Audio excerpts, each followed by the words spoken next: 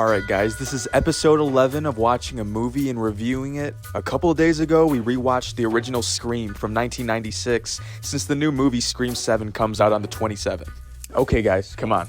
As you're probably tired of hearing from interviews or if you watch the YouTube channel Dead Meat, Scream completely changed the horror genre in the mid-90s, lasting all the way until today, with its 6th sequel coming out.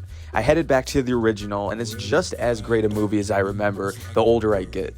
I love watching it and picking up on little things that I haven't noticed before, and trying to determine who was Ghostface and when, and what scene, and who killed who, depending on how they hold the knife and who has access in different scenes. Hook gets a 10, right off the bat, probably top 10 greatest opening scenes in movie history with Drew Barrymore and the phone call. I love how this scene is crafted the older I get.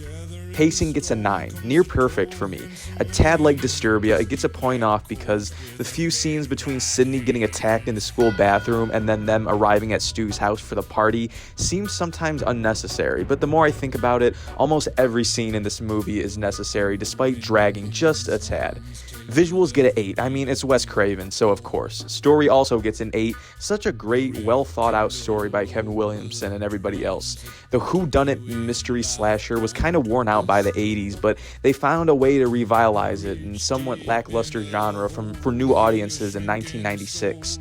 Acting and casting gets an 8 as well. I think everybody does a great job in this movie, especially Gale Weathers, played by Courtney Cox, Tatum, and Matthew Lillard as Stu. I also love Randy, of course, and David Arquette with his really weird facial twitches, and Sidney Prescott, who is a lovable and very believable final girl.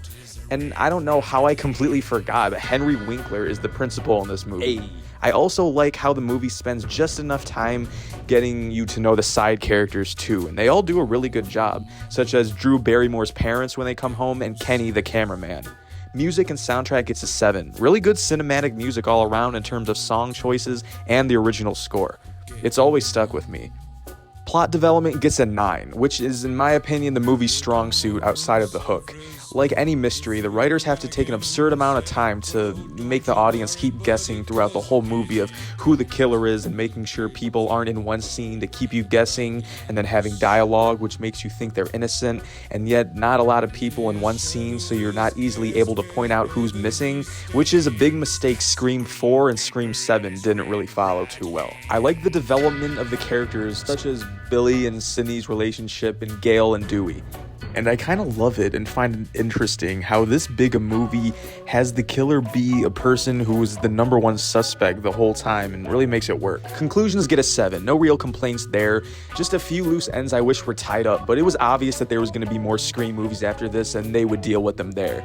And despite sort of an abrupt ending after the final fight, I do love the shot of the house as morning comes and the music going into the credits. Finally, enjoyment and rewatchability gets a 9. This is a mystery, again, so it's not a 10 because once you watch the movie, you obviously know who the killers are when you come into your second watch, but this movie could be put on at any party or with a group of friends, and it's a solid choice.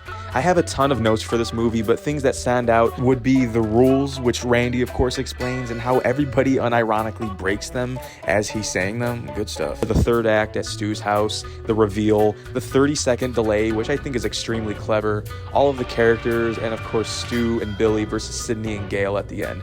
Gosh, I love Matthew Lillard so much. And with that, I'm giving Scream 1996 an 8.3 out of 10. Classic movie. Alright, until next time.